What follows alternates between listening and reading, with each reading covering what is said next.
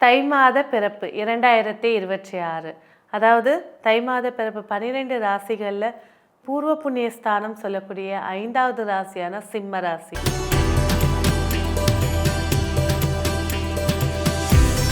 சிங்கத்தினுடைய வடிவத்தை கொண்டது சிம்ம ராசி. இந்த சிம்ம ராசிக்கு அதிபதி யாருன்னா சூரிய பகவான். இந்த மாதம் பிறக்கும் போது தன் ராசிக்கு அஷ்டம ஸ்தானத்தில் நிற்கிறாரு சூரிய பகவான். ஸோ அப்போ இந்த மாதம் பிறக்கும்போது தன் பாவத்துக்கு, அதாவது சூரிய பகவான் சிம்மத்திலிருந்து 6ஆம் இடமான மறைவு ஸ்தானத்தில் போய் நிற்கக்கூடிய ஒரு காட்சி. அதாவது எப்பேற்பட்ட எதிரியையும் ஜெயிக்கக்கூடிய ஒரு காட்சியாக இந்த மாதம் அமைச்சு தரப்போகுது. சூரிய பகவான் அப்படின்னு சொல்லும் போதே நவகிரகத்துடைய தலைவன் அப்படின்னு சொல்லக்கூடிய சிம்ம ராசிக்கு அதிபதியான சூரியன். ஸோ இந்த மாதம் பிறக்கும்போது நிறைய விஷயங்கள் வெற்றியை ஏற்படுத்தி கொடுத்தாலும் உடம்பில் இருக்கக்கூடிய இம்யூனிட்டி பவர் குறையிறதுக்கான வாய்ப்புகள் அதிகமாக இருக்குது. முக்கியமான உறவு மூலியமாக ஒரு பாதிப்புகளை சந்திக்கக்கூடிய விஷயத்தை ஏற்படுத்தி தரப்போகுது. இளைய சகோதர சகோதரி வழியில் ஒரு மனக்கசப்பான செய்திகளை ஃபேஸ் பண்ணக்கூடிய ஒரு மாதமாக இது அமைச்சு தரப்போகுது.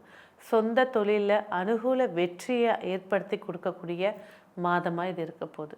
நிறைய விஷயங்கள் நன்மைகளும் இருக்குது, சில விஷயங்களை எதிர்பாராத சோகங்களும் அடங்கக்கூடிய மாதமாக இது அமைச்சு தரப்போகுது. ஏன்னா ராசியிலே கேது பகவான் இருக்கார். எல்லாத்துலேயும் பார்த்துருப்பீங்க, குழப்பம் முடிவு எடுக்க முடியாது, கேதுவால் பிரச்சனையை ஃபேஸ் பண்ணுவீங்க. நேரில் ராகு இருக்குது, தூக்கி போடுங்க. கேது பகவான் சிம்மத்தில் அமர்ந்தாலும் மணிமுகுடம் சூட்டப்பட்ட ஒரு அரசியாக வாழக்கூடிய காலகட்டத்தை ஏற்படுத்தி கொடுக்க போகிறாங்க. பிரச்சனைகள் இந்த மாதம் குறைவு. ஆனால் உறவுகள், உயிர்பற்று ரீதியான விஷயங்களில் பிரச்சனைகள். உயிர்பற்றுனா என்னங்க? சொந்த பந்தம், முக்கியமாக இளைய சகோதர சகோதரி வழியில் நிறைய டிஸ்டர்பன்ஸ் இருக்கக்கூடிய மாதமாக இது இருக்க போகுது. பொருளாதாரம் அப்படின்னு பேசும்போது 2ஆம் அதிபதி 5ல் இருக்கார். பரிவர்த்தனையில் 11ல் போய் உட்கார்றாரு. வருமானங்கள் குறைவில்லாமல் இருக்க போகுது. வர வருமானத்தை முக்கிய செலவுகளாக எடுத்துக்கிறது சிறப்பாக இருக்கும். எல்லாத்துக்கும் நான் பண்ணுறேன் அப்படின்னு முன்னுக்கு போய் நிற்காம தேவையான செலவுகளை செய்கிறது சிறப்புகளை ஏற்படுத்தி கொடுக்க போகுது. தனக்கு மிஞ்சி தான் தானம் தர்மம் அப்படின்ற ஒரு வார்த்தையை சிம்மராசி நேயர்கள் மனசில் பதிய வச்சுக்கிறது சிறப்புகளை ஏற்படுத்தி கொடுக்கும். முக்கிய முடிவுகள் சிறப்பான வெற்றியை ஏற்படுத்தி கொடுக்க போகுது. எதிர்பார்த்துட்டு இருந்த காரியங்கள் சக்ஸஸ் ஏற்படுத்தி கொடுக்க போகுது. சொத்து சார்ந்த பேச்சுவார்த்தைகள் சுமூகமாக முடியக்கூடிய வாய்ப்புகளை ஏற்படுத்தி கொடுக்க போகுது. அதே நேரத்தில் பிள்ளைகளுடைய ஆரோக்கியத்தில் கவனம் செலுத்த வேண்டிய மாதமாகவும் இது இருக்குது. பிள்ளைகளுக்கு திடீர் மருத்துவ செலவு, ஹாஸ்பிட்டலில் அட்மிட் ஆகக்கூடிய அளவுக்கு உடல் உபாதையங்களை ஃபேஸ் பண்ணக்கூடியது இந்த சிம்ம ராசிக்கு இருக்கிறதுனால ஆரோக்கியம் சார்ந்த விஷயத்தில் சிம்ம ராசி குழந்தையிலேருந்து பெரியவங்க வரைக்கும் கொஞ்சம் கவனமாக இருக்கிறது சிறப்புகளை ஏற்படுத்தி கொடுக்கும். ஸோ அடுத்த விஷயம் அப்படின்னு பேசும்போது உத்தியோகத்தில் சிறப்பாக இருக்கக்கூடிய ஒரு மாதமாக இருக்குது. அதே நேரத்தில் அங்கே சுக்கிரன் அஸ்தங்கமாக இருக்கிறதுனால ஆணாக இருந்தாலும் சரி பெண்ணாக இருந்தாலும் சரி உங்களோட உத்தியோக விஷயத்தில் ஒரு பெண்ணுடைய தலையீடு இருந்துச்சுன்னா நிதானித்து விலகிக்கிறது சிறப்புகளை ஏற்படுத்தி கொடுக்கும். அதே நேரத்தில் இது வரைக்கும் நான் ஜாதகம் பார்த்ததில் ஒரு பெண் சாபம் இருக்குதுன்னு சொல்லியிருக்காங்க, ஒரு பெண்ணுனால பிரச்சனைகள் இருக்குது அப்படின்னு சொல்லியிருக்காங்கன்னா இந்த மாதம் உங்களுடைய ஜென்ம நட்சத்திரம் வரக்கூடிய நாளில் சப்த மாதாக்களுக்கு தீபமேற்றி வழிபாடு செய்யும் போது அந்த பெண் சாபத்தினுடைய விமோச்சனத்தை ஏற்படுத்தி கொடுப்பாங்க. இந்த முகூர்த்தம் வெறும் இந்த ஒரு மாதத்தில் தான் இருக்குது. தை பிறந்து முதல் 10 நாளுக்குள்ளே செய்கிறது சிறப்புகளை ஏற்படுத்தி கொடுக்கும். சரி, அதே நேரத்தில் 7ஆம் இடத்துல ராகு பகவான். ராகுக்கு 2 பக்கமும், ஒரு பக்கம் சனி இருக்கார், ஒரு பக்கத்தில் சூரியன் சுக்கிரன் இருக்கார். இந்த ராகு எப்படி இயங்க போகிறாரு? இல்லற வாழ்க்கைக்குள் மறைமுக பிரச்சனைகளை உருவாக்கி கொடுக்க போகிறாரு. பிளாக் மேஜிக் இருக்கா இல்லையா அப்படின்றது 2வது விஷயம். ஆனால் பிளாக் மேஜிக்குடைய தாக்கங்களை சந்திக்கக்கூடிய ராசியாக சிம்ம ராசி இருக்குது. அப்போ என்ன செய்யணுங்க? காலையில் எழுந்துக்கிறீங்களா, வீட்டு பக்கத்தில் ஒரு கோவில் இருக்கா, போய் நின்று கையெடுத்து கும்பிட்டுட்டு வாங்க போதும். ஆஃபீஸ் போகும்போது ஒரு விநாயகரையோ இல்லை ஏதாவது ஒரு தெய்வத்தை கும்பிட்டுட்டு போகிறது இந்த செய்வினையுடைய தாக்கங்கள். செய்வனை வச்சிருக்காங்கன்னு சொல்லலை, இருக்கக்கூடிய தாக்கங்கள். வச்சுருக்காங்களா வைக்கலையான்னு உங்கள் ஜாதகத்தை பார்த்தா தெரிஞ்சிடும். ஆனால் கோச்சாரத்தில் இந்த ராகுடைய பொசிஷன் அடுத்த வீட்டில் சுற்றி போடுவாங்க, இங்கே இருக்க சிம்மராசிக்கு கை கால்லாம் வலிக்கும், அந்த மாதிரியான தாக்குதல்கள் ஏற்படுத்தி கொடுக்கும். அப்பப்போ சுற்றி போட சொல்லுங்கள் அம்மாவை. நிறைய விஷயங்கள் மாறுதலை ஏற்படுத்தி கொடுக்கும். திருமண பேச்சுவார்த்தைகள் வெற்றியை ஏற்படுத்தி கொடுக்க போகுது.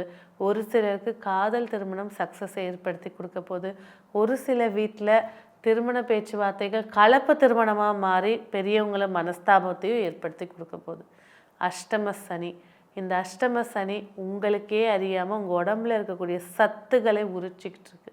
நல்லா தானே சாப்பிட்றேன், எனக்கு எப்படி பிரச்சனைகள் வரும் அப்படின்னு கேட்குற கேள்வி எனக்கு சொல்லுவாங்க வீட்டில்.